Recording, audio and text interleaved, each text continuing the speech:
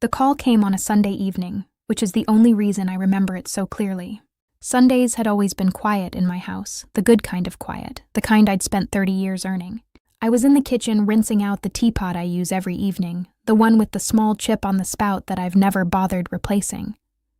My daughter-in-law had called it shabby once, the way you say something is shabby while smiling, so it doesn't sound like an insult.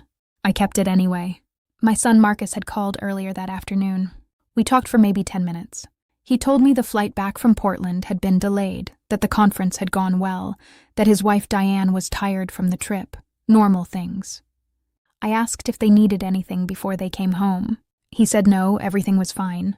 He said he'd call me later in the week. He forgot to hang up. I didn't realize it at first. I set the phone on the counter and kept rinsing the teapot, listening to what I assumed was static. Then I heard Diane's voice, clear as anything, like she was standing right next to me. She actually asked if we needed groceries. She said, like we're her guests. Marcus laughed, not his real laugh, the short one, the one he uses when something makes him uncomfortable, but he doesn't want to say so. She means well. She means to make herself indispensable, Diane said. That's different. Marcus, we've been over this. The house is the most practical solution. She's 63. She doesn't need 4 bedrooms. We do. There was a pause. I stood very still, my hands under the running water, the cold slowly replacing the warm. She's not going to just hand it over. He said.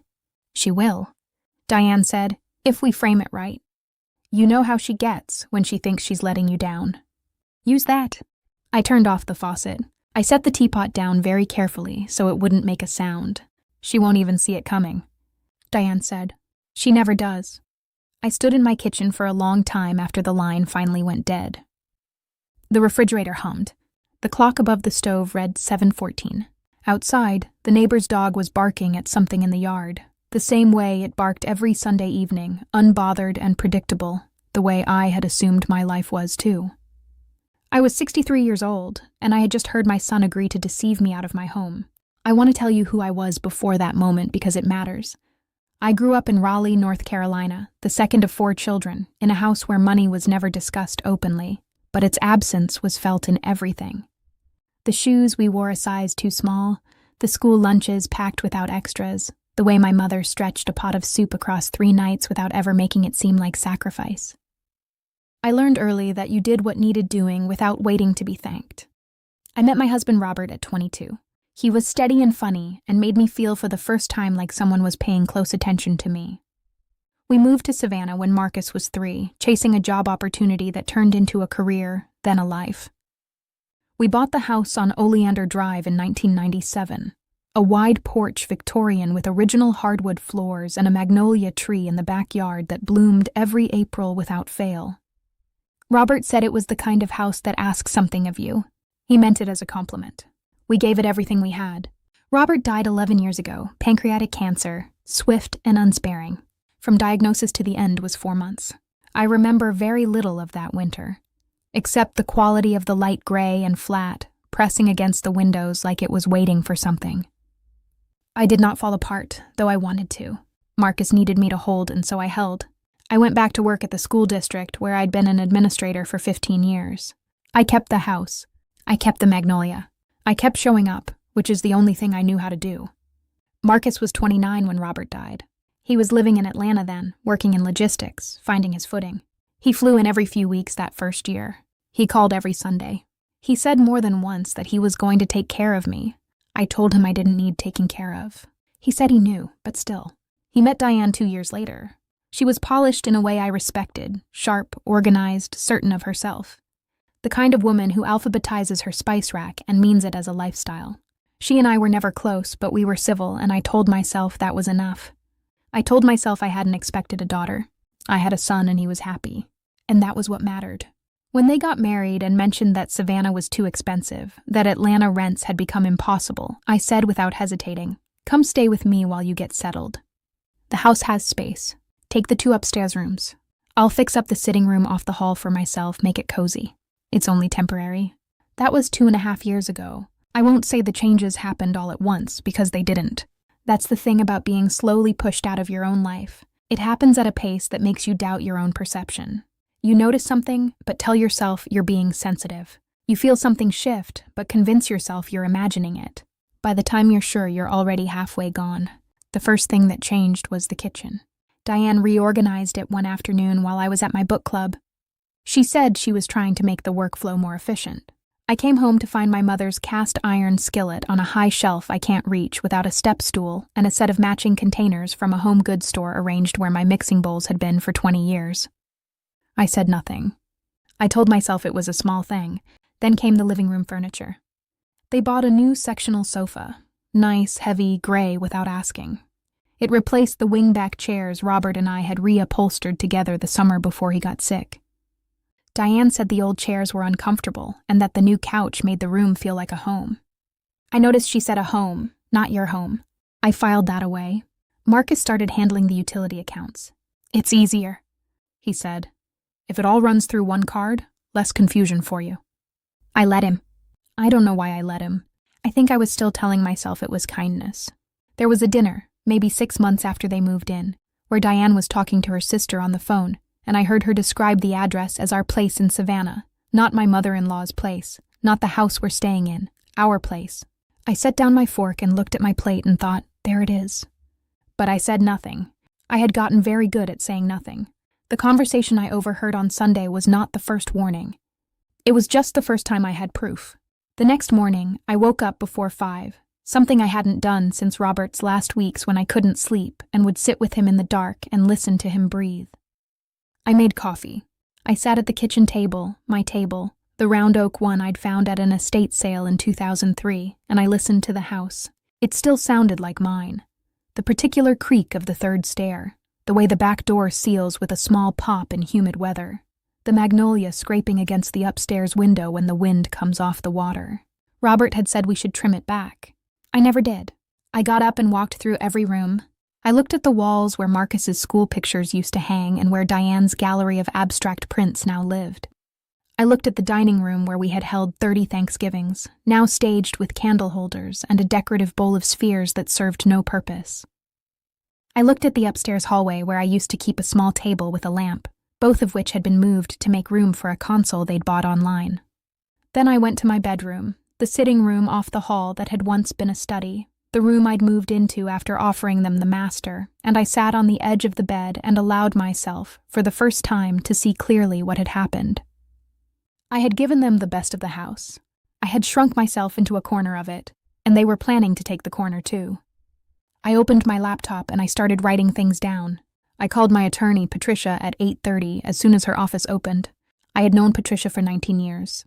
She had handled Robert's estate and helped me refinance the mortgage in 2015 and attended my retirement lunch last spring. When I told her I needed to come in that morning, she said, "Give me an hour." I drove across town with the deed I'd retrieved from the fireproof box under my bed and a piece of paper where I had written down every change that had been made to the house without my consent and the date I'd first noticed each one. I had been keeping this list in the back of a notebook for almost a year without fully admitting to myself why. Patricia read through everything without speaking. Then she looked up at me over her glasses and said, "How long have they been there?" 2.5 years, I said. "And the deed is solely in your name?" "Always has been." She nodded slowly. "You haven't co-signed anything? No additions to accounts? No shared agreements on the property?" "Nothing in writing," I said. I was careful about that. I don't know why I was careful about that, but I was. "You were careful," she said, "because somewhere you knew." She pulled out a legal pad. "Tell me what you want to do." I told her. She didn't try to talk me out of it. She didn't tell me to consider their feelings or give them a chance to explain. She had known me too long for that, and she had seen enough to know that when a woman my age finally walks into a lawyer's office with a list she's been keeping for a year, she's not acting rashly. She has already done her mourning. We spent 2 hours going over every detail. The legal protections, the timeline, what I could do quietly, and what would require disclosure. I left with a folder of papers and an appointment for the following week. I drove home. Marcus and Diane were both out. He at work, she at some appointment I hadn't been told about. I walked through the house again, but this time I wasn't grieving. I was measuring. I called a realtor named Glenn, whose card I had kept in my desk drawer for 2 years without knowing why. He was discreet and professional, and when I explained what I needed, a quiet listing, Price to move, handled carefully. He didn't ask unnecessary questions. He said he had a couple already looking in the neighborhood who'd made 3 near offers in the past month. "They'll move fast when I call them," he said. "Good," I said. "So will I." What I did next, I did with the same steadiness I'd used to file Robert's death certificate and plan his memorial and return to work 10 days after we buried him, because steadiness was the thing I had always been best at, even when everything underneath it was breaking. I called my friend Carolyn in Charleston, where I had been quietly visiting apartments for the past 3 weeks on the pretext of seeing her. She had been the only person I had told, and only 2 weeks ago, and only because I needed someone to know. She answered on the first ring. I said, "I'm ready." She said, "I've already picked up the keys." I spent the next week packing what was mine. Not everything, just the things I had brought into the house, and the things that had been there before Marcus and Diane arrived. Robert's reading chair, my mother's quilt from the hall closet, the cookbook stacked by the back window, the framed photo from our first Thanksgiving in the house, 1997, Robert's arm around my shoulder, Marcus small and gap-toothed in the middle. Everything that had come in with them I left. I organized it carefully, labeled what was theirs, arranged for a storage unit 3 miles away where their things would be held. I left the key with Patricia. I did not tell Marcus I was leaving. I did not tell Diane. I did not leave an angry letter or a long explanation or a list of grievances. I left a single note card on the oak table, propped against the fruit bowl, in the spot where they would see it the moment they walked through the door. It said, "The house is sold. Your things are in storage. The address is with Patricia. I hope you find somewhere that truly feels like yours." I signed it with just my name, not Mom, just my name, the one I had before any of them. I drove to Charleston on a Wednesday morning in early spring with the back seat full of boxes and the magnolia just beginning to bloom in the rearview mirror. I didn't pull over to look back. I had looked back enough. The calls started that evening. Marcus first, then Diane, then Marcus again. The voicemails stacked up like unpaid bills, each one a different version of the same panic. The first one was disbelief. "Mom, what is this? Call me back right now." The second was anger. "You had no right to do this without telling us. We have rights here. We've been living there." The third was Diane, her voice careful and controlled in a way I recognized as practiced. "We're very worried about you. We just want to understand. Please just call us so we can talk this through." I listened to all of them the following morning over coffee, sitting in the small kitchen of my Charleston apartment with its white tile and its window that looks out over a courtyard with an old oak tree. I listened to each one the whole way through, and then I set the phone face down on the table and poured myself more coffee. I was not angry. I want to be clear about that, because I think people expect women in my position to be angry, and I was not. I was something closer to calm, a real calm, not the performed kind I'd been carrying around for 2 years, but the kind that comes when you've finally stopped waiting for something to get better on its own. I called Patricia's office and let her know they had made contact. I did not call Marcus. I did not call Diane. They drove to Savannah and found the house empty. I know this because Marcus called me from the driveway, his voice cracking in a way it hadn't since he was a teenager. He said, "There's someone else's car in the garage." "Mom, what have you done?" I didn't answer. 2 weeks later, they requested a meeting. Marcus sent the message through email, formal and stiff, which told me Diane had helped him write it. They wanted to meet in person. They had questions. They had, the email implied, a lawyer of their own. I agreed to meet them. I chose the place, a coffee shop in downtown Charleston, neutral ground, public. I arrived before them and sat with my back to the wall, the way Robert always used to sit in restaurants, and I ordered tea in a ceramic mug that had no chip in the spout, and I waited. They came in together, Marcus holding the door for Diane the way he always did, a small courtesy that had once made me proud of him. They looked tired. Diane's composure was intact, but thinner than usual, like a coat worn 1 season too long. Marcus looked like he hadn't slept well. I did not stand when they came in. They sat. There was a moment where no one spoke. I think they expected me to fill the silence. I was done filling silences that weren't mine to fill. Marcus spoke first. "I don't understand," he said. "I know things hadn't been perfect, but to sell the house, our home, without even a conversation, your home," I said. He blinked. "You said our home," I said. I heard a different word. "You've been using that word for a while now, I noticed." Diane leaned forward. Barbara, we weren't trying to disrespect you. We were trying to build something. We thought you were part of that. I looked at her.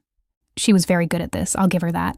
The soft voice, the appeal to shared purpose, the gentle reframe.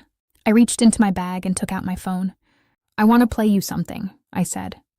I had transferred the recording before I left Savannah, the full voicemail of the call Marcus forgot to end. The one where Diane said she never does, and Marcus agreed to use my guilt against me. I set the phone on the table between us and pressed play. I watched Diane's face as she heard her own voice. The composure didn't crack exactly, but it shifted, a tightening around the eyes, a stillness that was different from calm. Marcus stared at the table. His jaw moved like he was working out how to answer a question he hadn't heard yet. When it was over, I picked up the phone and put it back in my bag. I didn't come here to fight, I said. I came here because I wanted you to know that I heard you. I wanted you to know that I'm not confused and I'm not acting out. I understood exactly what was happening. I just waited until I was ready. Marcus finally looked up. Mom, I'm not finished, I said, and for once he let me finish. I have spent 40 years making myself easy to overlook, I said. I did it with your father when he traveled for work. I did it with your school and your teachers and your coaches. And I did it with you and your wife for 2 years in a house I bought and paid for and kept alive through things that would have flattened other people. I thought that was love. I think now it was habit. Diane opened her mouth. There's a storage unit, I said. Patricia has the address. Everything that's yours has been packed and labeled. There's nothing more that needs to be sorted out between us. You're just going to cut us off, Marcus said. His voice was quiet, and underneath the anger I could hear something younger in it, something I recognized from when he was small and I had told him something he didn't want to hear. That recognition cost me something. I won't pretend it didn't. I'm not cutting you off, I said. I'm drawing a line. Those aren't the same thing, though I understand why you can't see that right now. I left $20 on the table for the tea and stood up. I hope you find a home that's really yours, I said. I mean that. I'm going to go build one that's really mine. I walked out into the Charleston afternoon. The air smelled like salt and something flowering. I stood on the sidewalk for a moment, not because I was uncertain, but because I wanted to feel it fully, the particular quality of a moment that is entirely your own. Then I walked to my car and drove home. The apartment in Charleston was small by the standards of what I'd had, and large by the standards of what I needed. 1 bedroom, a bright kitchen, a reading nook I'd made by pushing an armchair into the corner by the window. I hung Robert's picture on the wall next to a watercolor of the coast that I'd found at a Saturday market and bought because I liked it, for no other reason than that. I joined a women's walking group that met 3 mornings a week at the harbor. I volunteered at the Historical Society, cataloging donated photographs, work that required patience and a good eye for detail, both of which I had in abundance. I started going to a grief support group, not for Robert or not only for Robert, but for all the versions of the people we love that we lose when they become something we don't recognize. There were more of us in that room than I expected. I made friends the way women my age make friends slowly, through repeated proximity and small honesty, until one day you realize you've told someone something true about yourself and the sky didn't fall. I did not hear from Marcus 6 months. Then on a Sunday afternoon, he called. I let it ring twice before I answered, not out of anger, just because I wanted to choose to pick up rather than simply react. His voice was quieter than it had been in years. He said he had been thinking. He said Diane and he were working through some things. He didn't explain more than that, and I didn't ask. He said he wanted me to know that he knew, somewhere under the bluster and the bad weeks, that what he had agreed to was wrong. I'm not looking for an apology, I said. I just need to know you understand what happened. I do, he said. And then, I'm sorry, Mom. I sat with that for a moment, the word Mom in his mouth again, without the edge it had carried for 2 years. I know you are, I said. We talked for almost an hour. We didn't resolve everything. Some things between people don't resolve. They just find a different shape. But it was a real conversation, the first one we'd had in a long time. The kind where both people are actually present and neither one is managing the other. After we hung up, I sat by the window and watched the oak tree in the courtyard for a while. The light was coming through the leaves in that particular way it does in late afternoon. Each leaf lit separately, the whole tree illuminated. I thought about the magnolia in the Savannah yard. I thought about Robert saying the house would ask something of you. I thought about everything I had given to that question over 30 years, and how much of it had been freely given, and how much had been taken so quietly I hadn't noticed. A woman in my grief group once said that the hardest part of being a mother is that no one warns you that the love is entirely unconditional, but the relationship doesn't have to be. That there is a version of love that holds on, and a version that knows when to open its hands. I had spent a long time confusing those two things. I opened my journal to a clean page. I didn't write to Marcus or Diane or Robert or anyone else. I wrote to myself, the way I'd learned to do in the months since Charleston, plainly, without performance. The way you only write when no one is watching. You gave everything you had to a house and a family and a life, I wrote. And when they tried to take the house, you walked out the door and took the life with you. That was not the ending. That was the beginning.